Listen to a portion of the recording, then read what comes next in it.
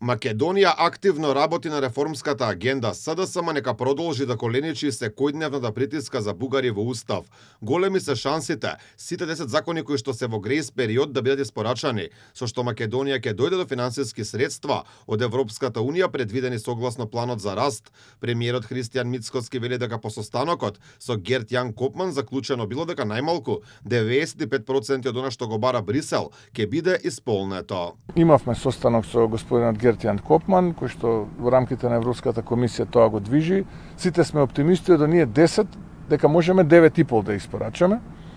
Од оние, а може и 10, буквално така заклучивме, кои што се во грејс период. Еден или два чекори зависат од учеството на опозицијата во нив, тоест еден во овој грејс период, а тој изборниот законник. Се надевам дека таму разумот ќе преовладее, дека ќе се вратат во работната група и ќе го усвоиме сите заедно овој реформски закон. СДСМ не ја прифати подадената рака за обединување околу реформската агенда, бидејќи Филипче, како што кажа, не можел да соработува со Мицкоски, Муцунски и оваа влада. Од СДСМ не одговорија дали ќе поддржат промени на изборниот законник, само доколку се имплементираат препораките на ОПСЕ и ОДИХР, кои што представуваат техничка работа. Филипче реши да обвинува дека тоа прашање било обид за дефокус. Реформите не се само промени на уставот.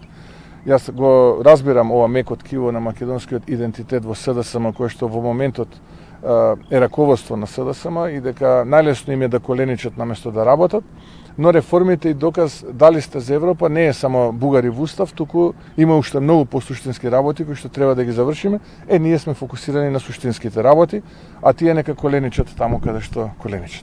Процесот на реформи СДСМ претходно се обиде да го злоупотреби преку старо интервју на известувачот за Македонија Томас Вајц, каде вели дека државава не напредува во овој сегмент. Самото тоа го демантираше европратеникот, кој кажа дека разговорот бил речиси 2 месеци пред да биде објавен, кога моментумот не бил како сегашниот. Инаку евроамбасадорот Михалис Рокас порача дека кога ќе се спореди извештајот од минатата година, Македонија забележува забрзување во процесот на реформи. Инаку државава има вкупно 21 закон како дел од реформската агенда и планот за раст. Македонските институции позитивни оценки очекуваат за најмалку 16, што би овозможило некаде околу 70 милиони евра финансиска поддршка.